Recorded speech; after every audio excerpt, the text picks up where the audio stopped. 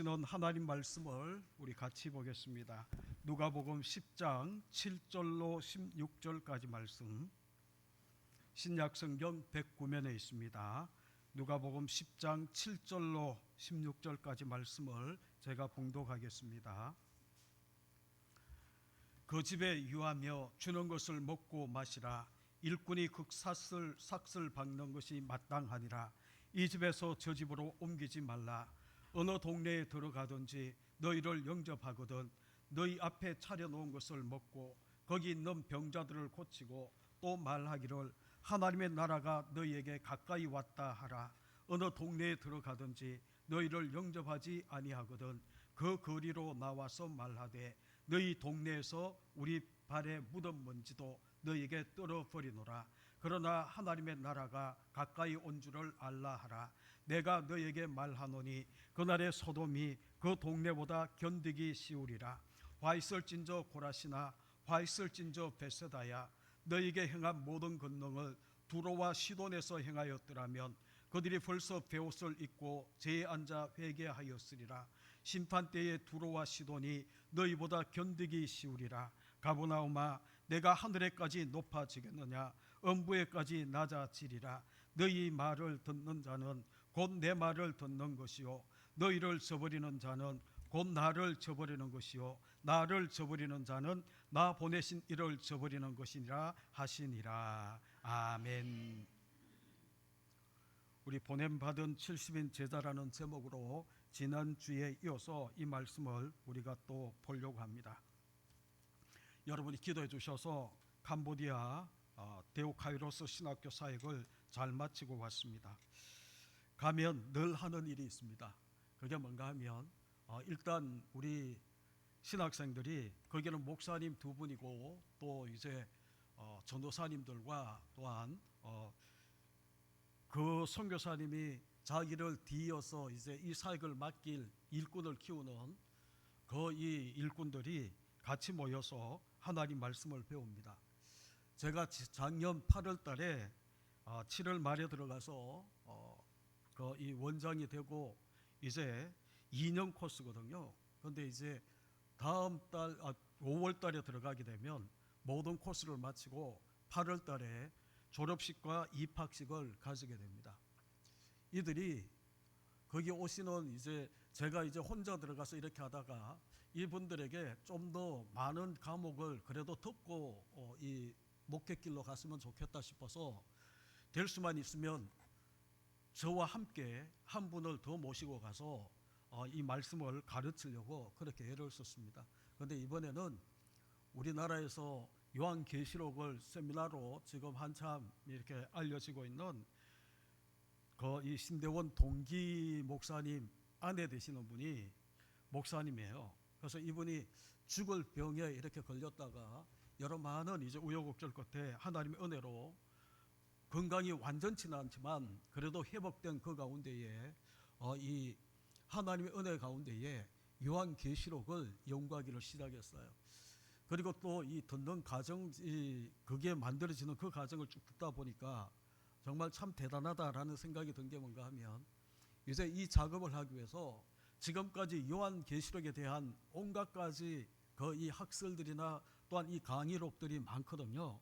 그런데 이분은 이러한 것들을 전혀 배제하고 오직 말씀 하나 붙들고 그걸 연구하기 시작했는데 정말 이 제가 들으면서 요한계시록은 이 조심스러운 책이거든요. 왜냐하면 너무 징조라고 이야기를 하면 또 이 잘못된 이 학생들에게 잘못된 그런 것들로 들어갈까봐 조금 조심스럽기도 하고 그리고 그분이 썼는 책을 두 권 읽으면서 그래도 안심되는 그런 모습 가운데에 모셨는데 이분이 이 책을 만들면서 요한계시록을 연구하면서 하루에 10몇 시간씩 이렇게 앉아서 몇 년을 이렇게 하다 보니까 이제 우리 식으로 이야기하면 혈액암인데 이제 이게 완전치 않는데 그렇게 앉아서 연구하다가 보니까 이 허벅지 다리에 괴사가 걸려서 또 이 썩는 그런 이 일들도 있었고 그 남편 되는 친구 목사가 이런저런 이야기를 하는데 제가 한마디로 그렇게 이야기했어요. 참 대단하고 엄청나다. 속으로는 여자가 지독하구나라는 생각도 했었어요. 보통 같으면 그렇게 하기 힘들거든요. 다리가 이제 이렇게 허벅지 다리가 괴사가 일어나고 이렇게 하면 중단할 텐데 끝까지 그 일을 다 감당하는 모습 가운데에 또 이 강의를 듣는 가운데에 학생들도 이제 이 강의 내용이 시원찮으면 이분들이 집중하지가 않습니다. 왜냐하면 더운 나라의 사람들이 집중력이 떨어지거든요. 그런데 제가 이 섬기고 있는 이 신학교는 집중력이 아주 탁월한 그런 친구들인데 가끔은 이제 이 한 번 그런 일이 있었어요. 제가 들어도 참 너무하다라고 싶을 정도로 그렇게 이 강의하는 분은 이분들이 이제 중간에 자꾸 왔다 갔다 해요. 그거 보면 아, 이 친구들이 은혜를 못 받고 있구나. 또 이 친구들이 이제 행동으로 거부하고 있구나라는 것을 느끼게 되는데 어쨌든 이번에도 하나님의 은혜 가운데에 강의가 너무 은혜롭고 잘 되었고 또 가게 되면 이들만 하는 것이 아니라 또 이 말하면 부담될까 한데 또 이렇게 저렇게 챙겨주시는 그런 것 가지고 가게 되면 제가 이 마음에 원장되고 난 다음에 그런 생각을 했거든요. 다른 것도 못해도 고아들 한 끼 식사는 해주자라는 게 제가 가지고 있는 생각이에요.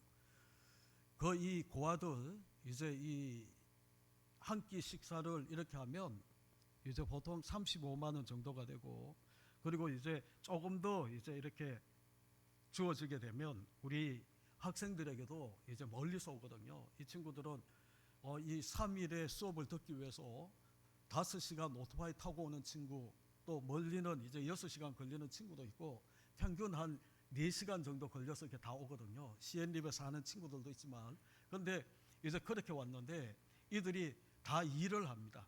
그런데 이제 이 날짜가 정해지고 나면 이 친구들은 이제 미리 사장님에게 이 양해를 구하고 휴가를 이때 다 맞추는 거예요.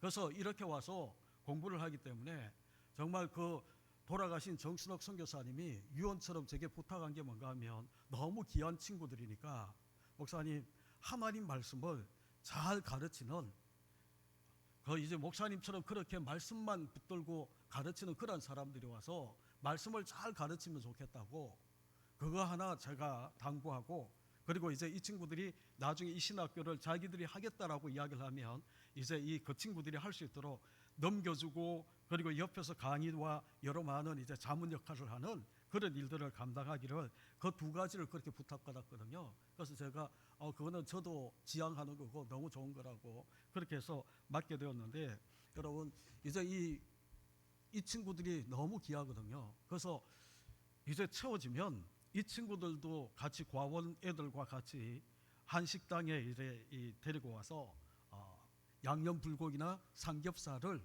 이제 이 한 끼를 배부르게 먹을 수 있도록 그렇게 전공하는데 또 이제 은혜롭게 또 이 일도 잘 감당하게 되었고 그래서 여러분들이 많이 기도해 주시고 해주셔서 몸은 피곤하지만 또 우리 기쁨의 교회 이름으로 섬길 수 있는 많은 것들이 있어서 너무 감사하고 그렇습니다. 그래서 어쨌든 여러분들이 기도해 주셔서 건강하게 잘 갔다 왔습니다. 다시 한 번 더 감사를 드립니다. 우리 오늘 이 말씀 가지고 우리 함께 이 은혜를 나누고 싶은데 우리가 지난주에 우리가 보았던 그 말씀을 이어서 우리가 보려고 합니다. 우리 그리스도인들이 정말 이 많은 특권에는 관심을 가지지만 소명에는 상대적으로 관심이 떨어지는 것이 사실이다라고 그렇게 이야기하고 싶어요. 우리는 세상에서 부름을 받았습니다. 제약된 영원히 죽을 수밖에 없는 우리가 하나님의 은혜로 말미암아 십자가 이 구속의 이 놀라운 하나님의 은혜로 우리가 구원을 얻고 그리고 하나님의 자녀가 되었습니다. 그리고 하나님께서 우리 가운데에 하나님의 자녀된 우리에게 주시고 있는 엄청난 특권들이 우리 가운데 있음을 우리가 잘 압니다. 기도의 특권, 또 자녀됨의 특권, 그리고 놀라운 구원의 특권 이런 것들이 우리 가운데 쥐어지는데 우리는 이런 것들에는 관심이 많지만 하나님은요 우리를 부르시고 난 다음에 세우시고 1절에 보게 되면 보내시며라고 이야기를 하잖아요. 그런데 이 보내심의 이 소명에 대해서는 우리가 크게 관심을 가지지 않는 것도 우리가 신앙생활을 하는 우리 자신들을 돌아보게 되면 또한 이 부인할 수 없는 사실이라는 것을 우리가 보게 됩니다. 여러분 그래서 우리가 이 9장 1절에 나와 있는 12 제자들을 파송하고 있는 저는 이것을 예수님의 1차 파송이다라고 그렇게 이 생각을 한다면 10장 1절부터는 이제 이 70인의 제자 파송의 숫자가 늘어나고 정말 이 열국의 지난주에 이야기했던 것처럼 열국의 이 숫자만큼이나 그들이 이 주님께서 택하셔서 세상에 보내고 있는 2차 파송하고 있는 이 모습을 우리 가운데 보여주고 있는데, 여러분 이런 것들을 통해서 우리가 깨달아야 되는 것은 뭔가 하면 하나님께서 우리에게 주신 특권만에 우리가 관심을 가질 것이 아니라 하나님이 우리를 부르시고 또한 이 소명 우리를 파송하시는 여기에도 우리가 관심을 가져야 되겠다라는 것을 우리가 보게 되는 겁니다. 여러분 숫자가 늘어나고 이제는 성경에 나와 있는 12제자, 그리고 성경에 이제 또 확대되어서 70인 제자, 이제 이 사도행전 1장에 하게 되면 120명 문도, 여러분 이런 이 숫자가 점점 늘어나면서 이제 오늘날 우리 가운데 주어지고 있는, 우리도 이 제자들 그룹 속에 우리가 포함되어 있는 그런 모습이라 가면 갈수록 우리가 이 12제자에게는 하나님이 특별한 뭔가를 주셨고 70인 제자에게는 그게 조금 떨어지는 것을 주셨고, 그러면서 이제 오늘날 우리에게는 많이 떨어진 그런 모습으로 우리를 파송하는 거 아닌가라고 생각할지 모르지만, 지난주 우리가 보았던 이 1절에 나와 있는 세우사라고 이야기한 이 말씀, 여러분 아네데이 크센이라는 이 단어를 쓰는데 있죠. 여러분 12제자를 세울 때에 사용하는 단어가 똑같이 쓰임받고 있어요. 지난 시간 드렸던 말씀을 기억나시는지 모르지만, 여러분 12제자를 파송할 때 주셨던 권능이나 우리 주님의 권위가 똑같이 숫자는 더 늘어났다 하더라도 여러분 70인 제자를 세우시는 이 권위나 이 권능에는 여러분 별 차이가 없다라는 거예요. 그럼 우리가 한 걸음 더 나가서 오늘날 우리 주님이 나를 택하시고 세우셔서 나를 보내실 때에 나를 세우시고 있는 이것이 12제자, 성경에 나와 있는 12제자, 이 70인 이 제자에게 우리는 뭔가 조금 떨어지는 권위가 아닐까라고 생각할지 모르지만 아니에요. 똑같은 거예요. 우리 주님께서 12제자를 70인 제자를 세우셔서 권위를 주시고 권능을 주시고 그들을 보내는 것처럼 오늘 우리에게도 똑같이 우리를 부르시고 세상 가운데 우리를 파송할 때이죠, 똑같은 권위와 권능을 우리 가운데 주셔서 우리 가운데 보내신다라는 것을 저와 여러분들이 기억하셔야 돼요. 이 친구들을 만나다 보게 되면, 캄보디아 친구들을 만나다 보게 되면 이들은 우리를 되게 부러워합니다. 부러워할 수 있는 많은 이유들이 있죠.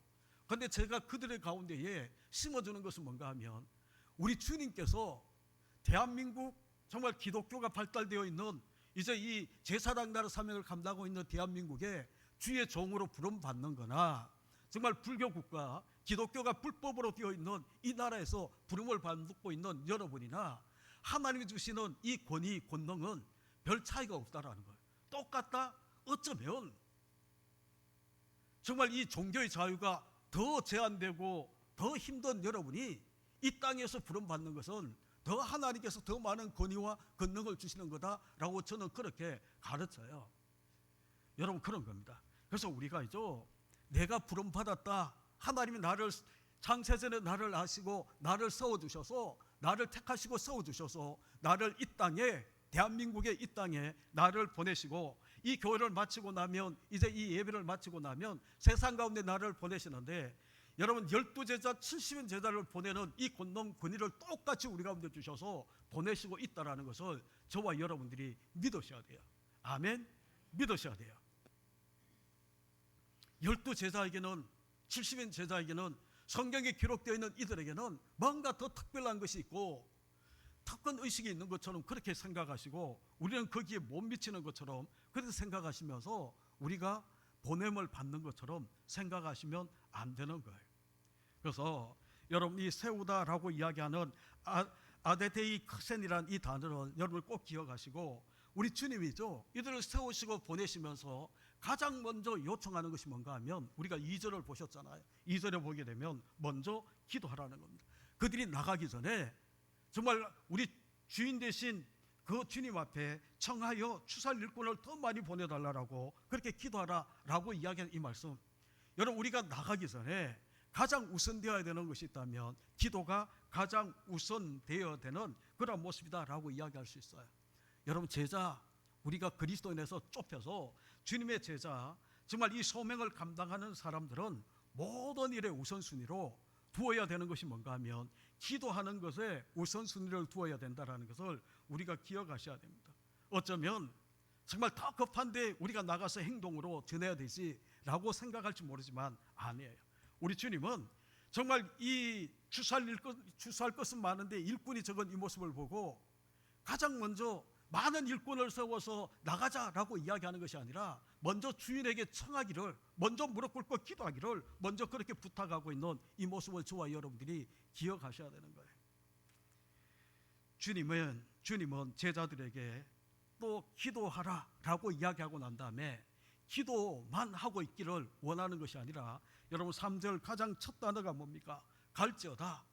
먼저는 기도하고 난 다음에, 그리고 난 다음에 갈지어다라고 이야기를 하면서 파송하고 있는 이 모습을 우리 가운데 보내주세요. 우리가 가지고 있는 많은 문제 중에 하나가 뭔가 하면 한쪽으로 치우친다라는 거예요. 여러분, 건강한 신앙은이죠, 균형을, 조화를 이루는 신앙이에요. 우리는 기도가 우선이다라고 이야기를 하면 기도주의로 빠지는 경우가 있습니다. 그리고 또 어떤 사람들은 행동주의자가 되어야 된다라고 이야기하는 사람이 있잖아요. 정말 우리가 가지고 있는 많은 문제는이죠, 한쪽으로 치우치는 거예요. 아니에요. 같이 가는 거예요. 먼저는 하나님 앞에 기도하고, 기도했다면 이제는 이 마음에 감동과 정말 능력을 우리가 얻었다면 이제는 해야 되는 것이 뭔가 하면 계속 기도가 아니라 이제는 행동하고 나아가야 된다는 것을 우리 가운데 보여주는 겁니다. 여러분, 기도했으면 골방에서 이제 나와서 우리 주님께서 보내시는 이 세상 가운데에 우리가 나아가야 되는 겁니다. 정말 주일날 우리가 모여서 하나님 말씀과 기도와 찬양으로 은혜를 받았다면 이제는이죠, 이 교회의 문을 나서서 우리가 주님께서 우리 가운데 맡기신 이 사명을 향해서 우리가 달려가는 그 모습도 갈지어다라고 이야기하는 이 말씀 앞에 우리가 한 번쯤은 귀를 기울이고 관심을 가져야 되는 그러한 이 단어, 갈지어다. 지난주에 이야기했던 것처럼 올해는 우리가 태신자 초청하고 태신자 전도운동을 이제 3월 달부터 다음 주가 되게 되면 태신자 카드를 여러분 가운데에 이제 이 70인 제자를 이야기하고 난 다음에 여러분 가운데에 태신자 이 작전 카드를 나누려고 합니다. 올해는 여러분들이 미리 우리가 작정하고, 우리가 또 초청주의를 지금 당장은 이제 4월 2일 부활주일에 가장 먼저 초청을 하고, 그리고 5월 10일 어버이 주일날 우리가 초청을 하고, 이제 여러분 조금 뛰어넘어서 우리가 또 후반부에 늘 하고 있는 11월 첫째 주 추수감사주일에 우리가 3차 전도 초청주일을 우리가 가지려고 합니다. 여러분, 이러한 것들을 통해 올 한 해는이죠, 정말 우리가 하나의 구호처럼 강고의 한 줄에 이 머무는 그런 모습이 아니라 올해는 한 사람이 한 명의 알곡신자를 반드시 결실할 수 있는 그러한 한 해를 위해서 우리가 먼저 기도하고, 그렇죠? 먼저 기도하고, 우리가 이 품은 이 태신자를 놓고 우리가 계속 기도하고, 그리고 난 다음에 기도에 머무는 것이 아니라 우리가 정말 무시당하고 또한 외면당하는 그런 모습이 계속 있다 할지라도 다시 한 번 더 하나님 말씀 앞에 우리가 순종하면서 그들에게 이 복음을 전하고, 하나님 나라가 가까이 왔고 정말 주님께서 우리를 향해서 부탁하고 있는 이 복음의 이 메시지를 우리가 담대하게 외칠 수 있는 그런 이 올 한 해가 되기를 간절히 주님의 이름으로 축복합니다. 그러기 위해서 우리가 기도하자라는 거예요. 그러기 위해서 먼저 우리 주님께서 추수할 일꾼을 보내주소서라고 구하고 있는 것처럼 우리가 이제 추수할 일꾼이 되어서 또한 우리 교회 가운데 많은 일꾼을 우리 주님이 보내주시기를, 또한 우리 교회가 이러한 일꾼을 키워내는 그런 교회가 되도록 여러분들이 같이 기도하시고, 그래서 올 한 해 한 명의 알곡신자, 그리고 또 오랫동안 보이지 않고 있는 우리 장기 결석자들 또한 와야 되는데 여러 많은 이유들 때문에 함께하지 못하고 있는 그들을 향해서 이 전도의 손길을, 또한 여러분이 강건해서 우리 주님의 집을 채우는 그런 놀라운 일들이 올 한 해에 일어나는, 결실하는 그런 한 해가 되기를 여러분이 결단하시고, 우리가 다음 주부터 태신자 전도 작전 카드를 나눌 때에 여러분 미리 기도하시고 3명의 이름을 한 사람도 빠짐없이 다 작정해서 내시는 다음 주가 되기를 미리 여러분 가운데에 이야기하고 싶습니다. 그래서 올 한 해는 여러분 이 70인 제자처럼 12제자처럼 우리가 주님의 일에 모든 것들을 집중해서 투자하는 그런 한 해로 우리가 삼고 달려가기를 간절히 주의 이름으로 축원합니다. 그리고 또 우리가 지난 시간에 보았던 것처럼 주님께서 갈지어다라고 이야기를 하면서 가라라고 보내시는 장소가 정말 꿀과 젖이 흐르고 있는 가나안 땅 에덴 동산이 아니었어요. 정말 우리가 실만한 그런 물가, 푸른 초장이 있는 그런 이 아름다운 그런 장소가 아니었어요. 우리 주님이 하시는 이야기가 뭡니까? 양을 이리 가운데, 어린 양을 이리 가운데로 보낸 것 같다라고 이야기를 하는 정말 이리때가 있는 그런 장소로 우리를 보내시는 거예요. 여러분 지난 시간 말씀이 기억나십니까? 여러분 이리때 가운데에 양, 마태복음에는 양이지만 여기는 어린 양이에요. 양이든 어린 양이든 이리때 가운데 간다, 아무리 많은 숫자가 간다 하더라도 여러분 살아날 가능성은 제로에 가까운 거예요. 그렇죠? 그런데 우리 주님이 아시면서 왜 보낸다라고 이야기했나요? 우리가 이제 하나님 말씀을 듣고 우리가 이 세상 가운데 가는 것은 여러분들 환영하고 정말 이 에덴 동산 같이 주님과 함께 교제하고 행복을 노래할 수 있는 그런 장소가 아니거든요. 이리때 정말 나의 생명까지 위협할 수 있는 그런 장소에 우리 주님이 갈지어다라고 이야기를 하면서 어린 양을 이리때에 보내는 같이 우리 주님께서 염려하며 보내고 있는 그 모습을 우리 가운데에 지난주에 말씀드렸어요. 이것은 우리 주님이 양이든 어미 양이든 새끼 양이든 이리때 가운데 가면 100이든 1000이든 가면 다 죽을 텐데 왜 우리 주님께서 생존의 확률이 제로인 이곳에 우리를 보내시는가? 여러분 기억나실지 모르지만 우리 주님이 함께 하시겠다라는 거예요. 주님이 목자가 되시겠다라는 거거든요. 내가 너를 지켜주겠다라는 거거든요. 그러면서 이어지는 그 말씀을 보게 되면 전도 여행을 떠나기 전에 준비물도 우리 식으로 이야기하면 제로, 빈몸으로 가라는 거거든요.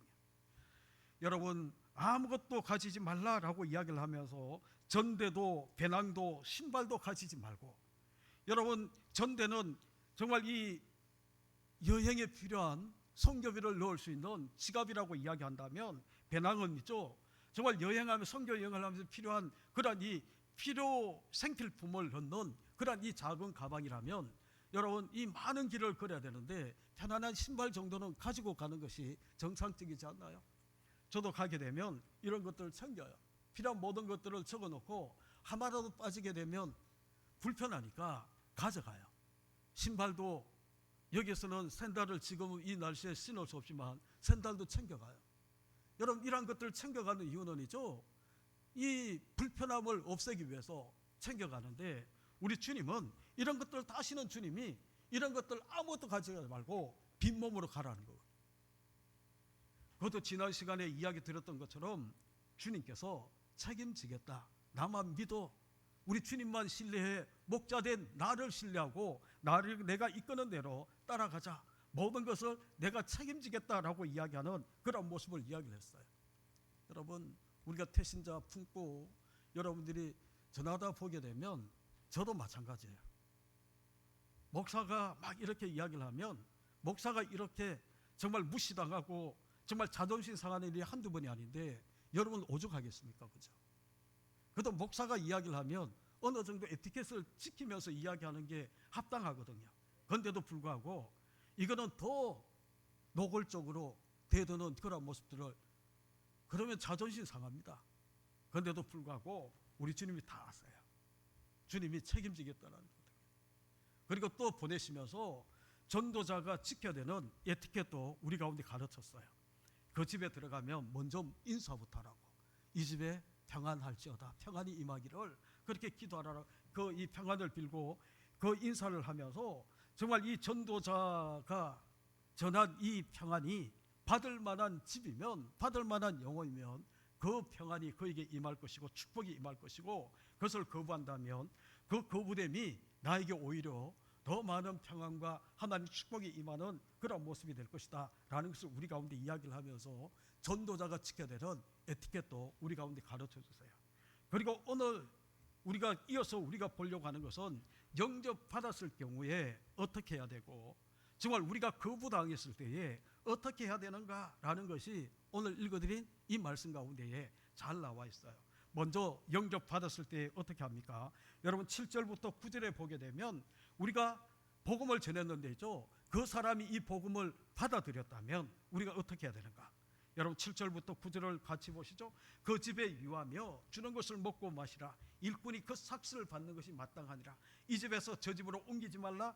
어느 동네에 들어가든지 너희를 영접하거든 너희 앞에 차려놓은 것을 먹고 거기 있는 병자들을 고치고 또 말하기를 하나님의 나라가 너희에게 가까이 왔다 하라 라고 이야기를 하면서 우리가 전한 이 복음이 받아들여진다면 이렇게 하라는 거예요. 먼저는 그 집에 유하면서 그 집 사람이 차려주는 그 음식을 앞에서 먹기를 우리 가운데에 이야기를 하세요. 그런데 주의사항이 뭔가 하면 이 집 저 집으로 다니지 말래요. 여러분 우리하고 지금 이 당시에 이 전도자의 이 문화는 다르거든요. 지금 우리는이죠, 이렇게 영접하고 대접하는 경우는 성도가 아니면 쉽지가 않잖아요. 그런데 이때는 여러분 구약의 율법이 고아와 가부와 나그네를 대접하는 게 긍휼의 율법이에요. 그래서 이 긍휼의 율법을 이제 어느 정도 하나님을 믿는 사람이라면 이 긍휼의 율법을 지키는 거거든요. 여러분 전도자는 고아와 가부와 객 나그네에 해당되는 나그네입니다. 그래서 그들이 복음을 전했다면 이제 이들이 이 복음을 받아들고 그를 집으로 이 초청해서 음식을 차려준다면 먹으라는 거거든요. 그런데 이 집 저 집 다니지 말라라고 이야기하는 그 이유가 뭔가 하면 여러분 복음 전하는 것보다 여러분 대접받는 것에 더 관심을 가지면서 이 집보다 저 집이 더 좋은 것을 주면 옮겨다니는 그런 모습을 금하는 겁니다. 전도자는 대접받는 그런 이 목적을 가지고 가는 것이 아니고 하나님 나라가 가까이 왔음을 선포하고 정말 복음을 받아들이도록 그 집에 평안이 임하고 정말 구원의 복음이 임하도록 그 일이 우선되는 사람이 바로 이 전도자거든요. 그런데 이 전도자가 그죠? 대접받는 것에 더 좋은 대접이 있다면 그것으로 옮기는 것을 그렇게 금하고 있는 이 모습을 우리 가운데 보여주세요. 그런데 여러분들이 관심 가져야 되는 8절에 보게 되면 어느 동네에 들어가든지 어느 동네가 나와요. 그런데 이 어느 동네는 우리가 70인을 이야기할 때에 12제자는 유대인들을 위해서 70제자는 여러분 열방을 향해서 우리 주님이 가지고 있는 땅끝의 이 비전에 이 해당되는 제자들이다라고 그렇게 이야기했는데 있죠. 그럼 여러분 이 어느 동네라고 이야기할 때에 이 어느 동네 속에 유대인의 동네만이 있는 것이 아니라 이방인의 동네도 있어요. 그들이 거부하는 정말 이방인처럼 취급하는 사마리아 동네도 여기에 해당될 것이고, 여러분 그러면 유대인의 동네에 들어가서 유대인의 대접을 받는다면 이들은 큰 문제가 없어요. 그런데 이방인의 그 동네에 가서 이방인에게 이 말씀을 전하다가 이방인이 자기 집에 이 초대해서 음식을 앞에 차려놓는다면 문제는 심각하거든요. 여러분 이것을 우리가 복음을 전하다 보게 되면 우리가 술, 담배 문제가 가장 한국 교회 가운데 많이 걸리는 거잖아요. 제가 캄보디아 가서 제가 가르치고 있는 이 친구들에게는 엄격하게 금하는 것이 두 가지입니다. 술, 담배. 그 나라도 보편화되어 있는 문제거든요. 그것도 어디든지 지금은 우리나라는 그렇지 않지만 여자들이 문제가 아니라 남자들이 이 술, 담배 문제에 많이 찔림이 있거든요. 그래서 저는 주의 종이 되어서 강단에서 말씀을 전하려고 한다면 이 두 가지는 절주가 아니라 금주라고, 절연이 아니라 여러분 이 금연을 해야 된다고 그렇게 가르쳐요. 그런데 여러분 우리가 복음을 전하다 보게 되면 정말 교회는 나오고 싶은데 술 문제, 담배 문제 때문에 걸려서 이걸 다 해결하고 난 다음에 나오려고 하면 그 사람은 평생 나오지 못합니다. 그래서 이 문제가 많은 사람들에게 여러분 만약에 술 먹고 담배 피우는 이 사람이 그것 때문에 못 나오겠다라고 이야기를 하면 여러분 어떻게 말하시겠나요? 술 마음대로 먹어 교회 나와? 담배 네 마음대로 피워 나와? 그렇게 이야기하시겠나요? 아니면 그래 좀 그죠? 그렇게 이야기하시겠나요? 일단 나오십시오. 그죠? 맞아요. 일단 나오셔야 돼요.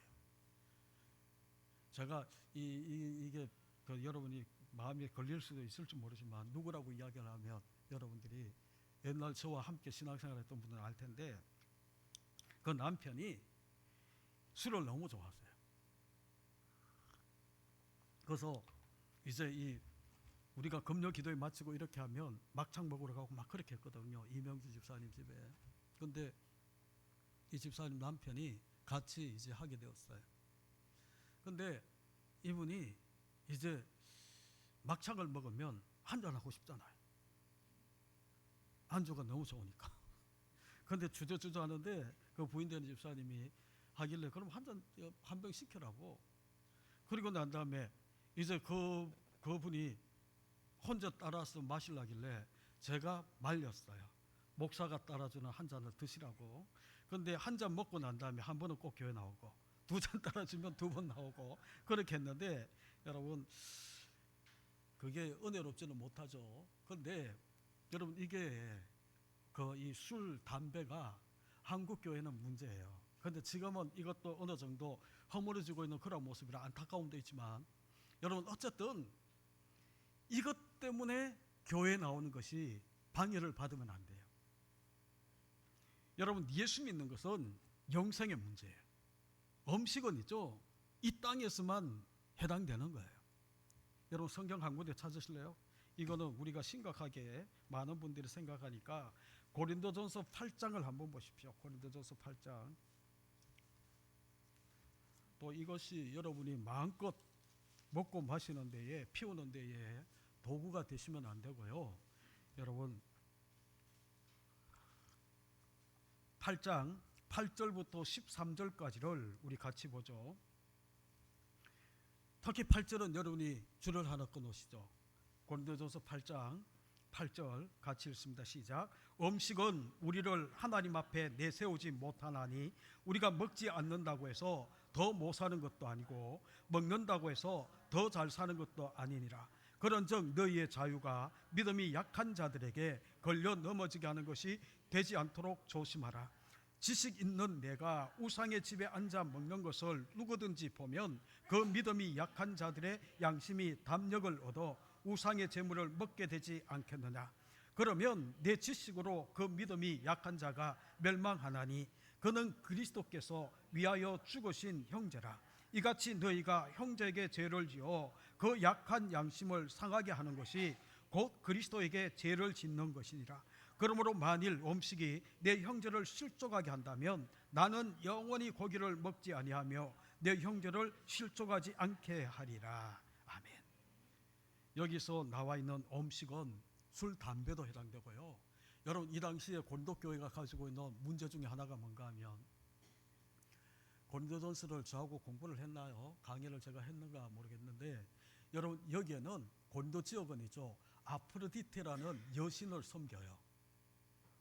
이 여신이 정말 세계의 미스테리 가운데 하나인데죠. 여러분 가끔은 인터넷 보게 되면 거대한 여신상에 유방이 여러 개 달려있는 그런 이 모습의 여신을 여러분 본 적이 있을 거예요. 어떤 사람들은 아스타롯 여신의 하나의 현대판 그처럼 이야기를 고린도 지역의 현대판처럼 그렇게 이야기할지 모르지만 여러분 그런 것들을 보게 되면 여러분 이 고린도 지역이 거의 항구 도시라 음란한 지역이에요.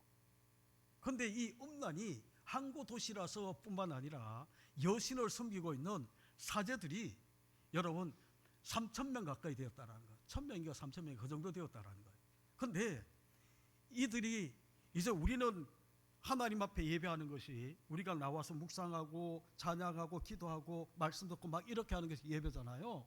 그들이 이 여신에게 제사하는 것은 뭔가 하면 이제 이 여신상이 있는 아프로디테 신전에 가서 이제 그 제물을 바치고 난 다음에 제물이 이 여신이 여기 있다면 양쪽으로 쭉 누가 그렇게 이야기했던데 우리나라 뭐죠? 이 술집이 이렇게 막 여자들이 있는 술집에 가게 되면 이렇게 복도가 있으면 양쪽에 막 방이 있는 것처럼, 여러분 이 여신이 여기 이렇게 있으면, 제가 여신처럼 안 보이죠? 여러분들이 와닿는지 모르지만 여신이 이렇게 있으면 이제 양쪽 방에 있죠. 방들이 양쪽에 방들이 쭉 있어요. 수백 개의 방들이 쭉 있어요. 그러면 이 사람들은 어떻게 하는가 하면 이제 여기 제사를 지내는 것이 여신에게 제물을 바치고 난 다음에 이제 방에 들어가서 여사제들하고 이제 음란한 행위를 하는 것이 최고의 제사를 드린 거예요. 여러분 이해가 되셨는지 모르지만 우리가 있죠, 예배 드리는 것처럼 그들은 있죠, 그렇게 예배를 드렸어요. 그러니까 이게 음란하지 않을 수 없어요. 문란할 수밖에 없어요. 거기에다가 여러분 여기에 이제 우상 앞에 드려졌던 이 제물들이 있죠, 이제 먼저 드려지고 난 다음에 사제들이 취하고 그리고 남는 고기들은 이제 시중에 유통이 되는 거예요. 그러면 기독교인들이 우상에게 드려진 이 음식을, 고기를 먹어야 되나 말아야 되나, 그죠? 여러분 우리가 가지고 있는 기본 진리는 진리가 너희를 자유케 하리라 라는 거예요. 그런데 이제 이 사도 바울이 13절에 그렇게 이야기하는 말이 뭔가 하면, 여러분 그 13절에 보게 되면 만일 음식이 이 우상에게 드려진 이 고기를 이야기를 하는 거거든요. 음식이 내 형제를 실족하게 한다면 나는 영원히 이 고기를 먹지 않겠다고, 내 형제를 시끄럽지 않게 하기 위해서 자기는 고기를 먹지 않겠다라고 이야기하는 거예요. 그래서 여러분 이 8절에 나와 있는 이 말씀을 여러분 꼭 기억하셔야 돼요. 음식, 이전 성경에는 식물이라고 되어 있는데 음식, 식물은 우리가 먹는 것은이죠, 우리를 하나님 앞에 세우지를 못해요. 내세우지를 못해요. 우리가 먹지 않는다고 해서 여러분 못 사는 것도 아니고, 먹는다고 해서 내가 잘 사는 것도 아니고, 여러분 내가 안 먹는다고 해서 믿음이 적은 것도 아니고, 내가 이 마음껏 먹는다고 해서 믿음이 큰 것도 아니고, 오늘날은 희한하게 돌아가는 것이 뭔가 하면 모든 것들이 말세가 가까워오게 되면 거꾸로 돌아가거든요. 이전에는 이죠, 검주하고 검련하는 것이 믿음이 좋은 거였어요. 그런데 지금은 이 믿음이 큰 사람이 이런 것들을 하는 것처럼, 이제 이런 게 자기에게 걸리지 않는 것처럼, 자기 양심에 걸리지 않는 것처럼, 진리가 우리를 자유케 하는데 뭐 이것 가지고 믿음 없이 막 이렇게 흔들리고 막 그렇게 하냐 라고 이야기하는 시대를 우리가 살아가고 있어요. 뭐가 옳냐, 이거는 있죠, 하나님 나라에서는 아무 문제가 아니에요. 그런데 이 땅을 살면서 사도 바울이 이야기하는 것처럼 목사가, 그리고 교회의 중직자가, 그리고 교회 다니는 사람들이 술을 마신다라고 이야기를 하면 오늘날도 실족될 사람들이, 믿지 않는 사람들 가운데에 예수 믿는 사람이 뭐 저래? 라고 이야기하는 사람들이 있을 수밖에 없는 대한민국에 우리가 신앙생활을 하는 거예요. 미국 가면 한 잔씩 한대, 그죠? 목사도 한 잔씩 한대. 그런 데 같으면 제가 모르겠어요. 그런데 우리 대한민국은 지금은 그렇지 않기 때문이죠. 그런데 우리 개인의 신앙은 그렇지만 우리가 복음을 전하면서 믿지 않는 사람들은 당연한 거 아니요? 술 먹고 담배 피우고, 그리고 또 이제 이 육신의 정결을 지키지 못하고 음행을 행하고, 이런 것들은 지금 오늘날 속된 말로 그렇게 이야기한다면서요. 요즘 자기 아내 배우자 말고 예의 없는 사람은 정말 뭔가 떨어지는 사람처럼 그렇게 취급하는 시대가 오늘이라면서요. 그죠? 그렇게 이야기를 하면 우리는 예수 믿는 사람은 다 떨어지는 사람이 되어든 게 지극히 정상이에요. 그런데 이런 시대를 우리가 살면서 여러분 복음을 전할 때에 술, 담배는 여러분 어느 정도 간욕을 베풀어서 그들이 교회에 나와서 신앙을 가지면서 자연스럽게 이런 것들을 멀리할 수 있도록 하는 것이 옳다. 술, 담배 문제 하다가 이게 시간 너무 많이 끌어버렸네. 그리고 난 다음에 이제 이 복음을 받아들인 사람의 집에 가서 우리가 마음껏 차려준 음식 먹고 뜨뜻하게 먹고, 그리고 그 집에 모하면서 또 해야 되는 것이 있어요. 그게 뭔가 하면 하나님 나라를 선포하라라고 이야기하거든요. 9절 끝에 보게 되면 9절에 보게 되면 병자들도 고치고 말하기를 하나님 나라가 너에게 가까이 왔다 하라라고 이야기를 하는데 있죠. 병자를 고치는 것은 이유가 뭔가 하면 하나님의 말씀을 빨리 받아들이고 말씀의 근원을 세우기 위해서 병자를 고치는 거예요. 여러분, 치유하는 것이 목적이 아니에요. 목적은 뭔가 하면 하나님 나라가 가까이 왔다, 이 하나님 나라 복음을 전하는 것이 먼저 목적이거든요. 그래서 오늘날 많은 사람들은 또 한 군데 치우쳐서 치유, 여기에 막 집중하다 보니까 여러분, 치유사역 그렇게 이야기하는데, 여러분, 치유사역은 말이 맞지 않아요. 치유는이죠, 하나님 나라 사역을 위해서 하나의 도구처럼 쓰는 것 뿐이지. 그래서 특별한 은사를 가지고 있는 사람은 치유하시면 돼요.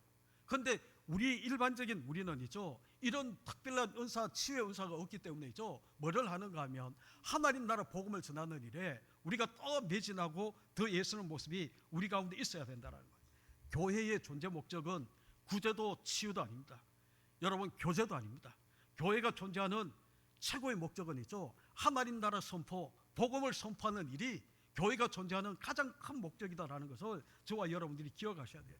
저와 여러분에게, 교회된 저와 여러분에게 주시고 있는 최고의 사명, 최고의 소명은 뭔가 하면 하나님 나라 복음을 마음껏 땅끝까지 전하라라고 이야기하는 것이 교회가 존재하는 가장 큰 이유, 궁극적인 목적이다라고 이야기해도 틀리지가 않아요. 그래서 우리 주님께서 마태복음 28장 끝절에 가서 모든 족속의 제자를 삼아 아버지와 아들과 성령의 이름으로 세례를 주고 주님께서 분부한 모든 것들을 가르쳐 지키게 하는 것이, 우리 주님께서 가서 이 하나님 나라 복음을 전하는 것이 여러분 우리에게 주시고 있는 지상 대위 명령이라고 이야기하는 최고의 명령이다라는 것을 우리가 기억하셔야 돼요. 그러면 복음을 받아들인 가정에는 이렇게 하지만 복음을 받지 않는 가정에는 어떻게 할까? 시간이 가서 다음 주에 하도록 하겠습니다. 그래서 다음 주는 70일 이걸 다 하고 작전 카드를 나누려고 했는데, 일단은 다음 주는 패신자 작전 카드는 나가고요, 여러분들이 말씀을 듣고 한 주간 집에 가셔서 이 말씀을 잘 듣고 여러분들이 올 한 해 동안 이 세 명의 영혼을 집중적으로 기도하고 전하고 정말 하나님의 일에 내가 집중적으로 나의 모든 것들을 올 한 해는 투자해서 한 영혼을 결실하는 이 놀라운 결실하는 한 해로 내가 만들어가기를 저와 여러분들이, 우리 교회가 결단하고 작정하고 달려가는 올 한 해가 되시기를 간절히 주님의 이름으로 축복합니다. 우리 기도하겠습니다. 주하게 맞춰 우리 함께 기도할 때에 여러분 주신 말씀 붙들고, 또한 무엇보다 우리가 올 한 해 정말 태신자로 품고 기도할 그 영혼 놓고 우리가 함께 기도하며 나아갔으면 좋겠습니다. 기도합니다.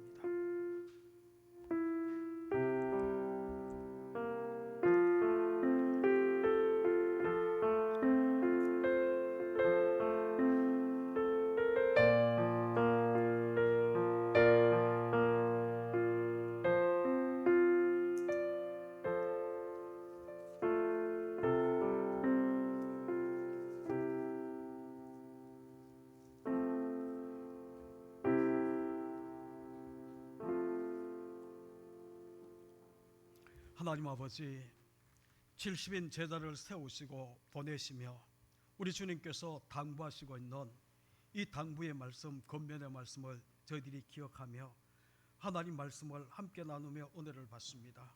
올 한 해 정말 우리가 태신자로 품고 기도하며 한 영혼 구원하기 위해 달려가려고 합니다. 아버지 하나님, 2026년 한 해는 영혼 구원하는 일에, 정말 우리 주님이 기뻐하는 이 복음 전파하는 일에 모든 것들을 투자하고 결실을 거둘 수 있는 올 한 해가 되게 우리 주님 축복하시고 함께하시고 은혜를 베푸시고 능력을 더하여 주옵소서. 예수 그리스도의 이름으로 감사하며 기도하옵나이다. 아멘. 211장 1절입니다.